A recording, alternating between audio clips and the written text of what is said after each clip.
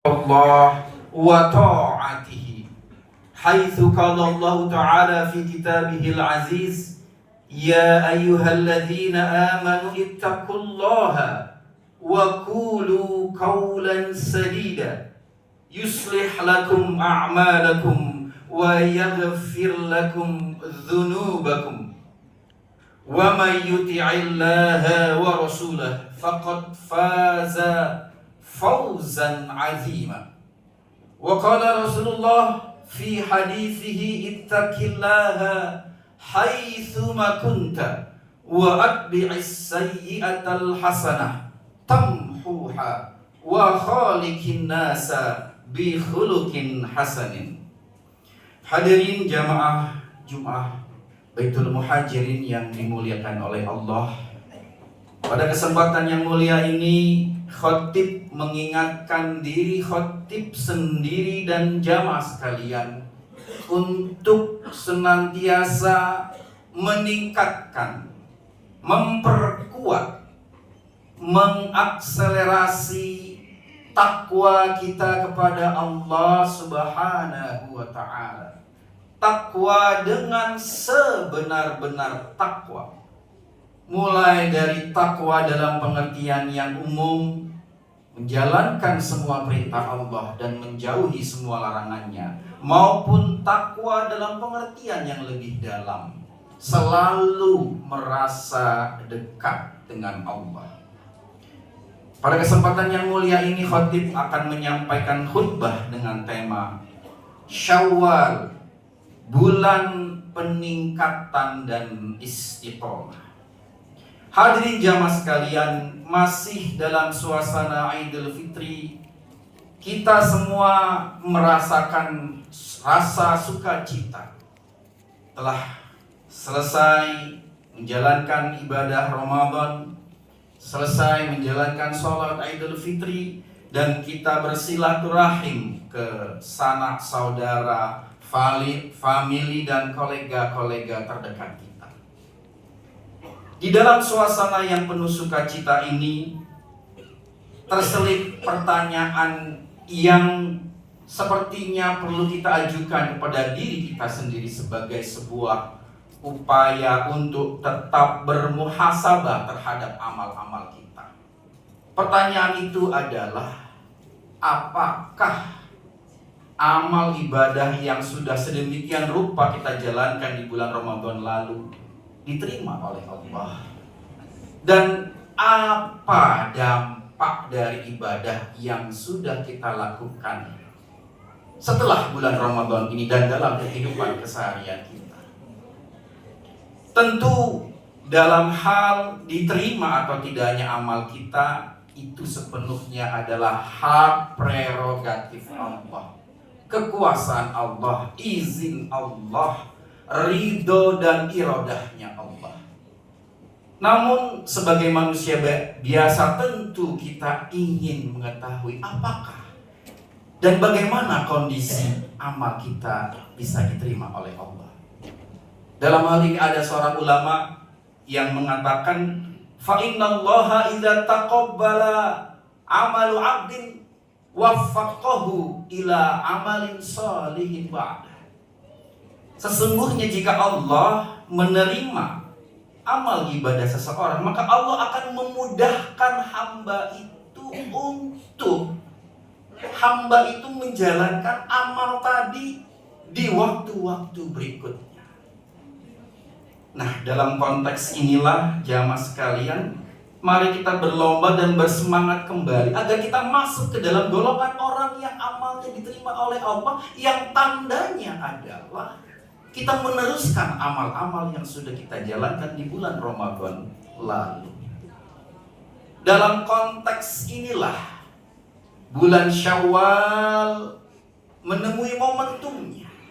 Para ulama menyatakan bahwa Syawal adalah bertambah tinggi, meningkat. Walau sekarang Ramadan sudah selesai, namun itu bukan berarti selesai ibadah kita, bukan berarti selesai tirakat kita, bukan berarti berhenti amal-amal ibadah kita. Bukan. justru itu harus dilanjutkan, diteruskan agar kita menjadi golongan orang-orang yang diterima amalnya oleh Allah Subhanahu wa Ta'ala. Jika pada bulan Ramadan lalu kita relatif mudah menjalankan ibadah, karena memang pengkondisian internal dan eksternalnya mudah dilakukan. Semua di antara kita berpuasa, anak istri kita berpuasa, di rumah berpuasa, di jalan berpuasa, orang berlomba-lomba pulang cepat agar bisa takjil di rumah. Kita buka media sosial, kita buka televisi, isinya adalah anjuran untuk beribadah. Masjid, musola mengadakan tarawih, tadarus, takjil, tahajud bersama, iktikaf, semuanya satu bangsa, satu dunia, seluruh dunia muslim selama bulan Ramadan itu dikondisikan agar kita siap dan mudah beribadah. Namun hari ini di bulan Syawal ini fasilitas itu sudah berkurang, bahkan nyaris tidak ada lagi. Tidak ada lagi salat tarawih, tidak ada lagi i'tikaf, tidak ada lagi takjil. Namun itulah tantangannya, disitulah ujiannya, dan disitulah tanda dari keislaman, keimanan, dan ketakwaan kita kepada Allah Subhanahu wa Ta'ala.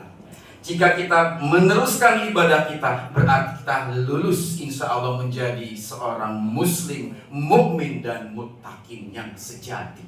Karena kita tidak perlu pengkondisian eksternal. Sepenuhnya kita berhubungan dengan Allah dan melanjutkan ibadah-ibadah kita. Maka hadirin sekalian, jamaah sekalian, bulan Ramadan lalu dengan mudah bisa kita ibaratkan sebagai upaya kita untuk mengecas energi, mental, jiwa, pikiran, dan fisik kita. Kita analogikan sebagai kita mengecas HP kita. Kita mengecas HP dalam durasi 1 atau 2 jam untuk kita gunakan dalam 24 jam sehari semalam. Begitu pula analogi bulan Ramadan kemarin. Kita berpuasa selama sebulan untuk persiapan, untuk menjalani kehidupan 11 bulan berikutnya. Maka Ramadan bukanlah akhir, maka Ramadan bukanlah segala-galanya, maka Ramadan bukanlah bulan di mana kita ajak untuk mengejar pahala, mengejar sumber pahala. Bukan.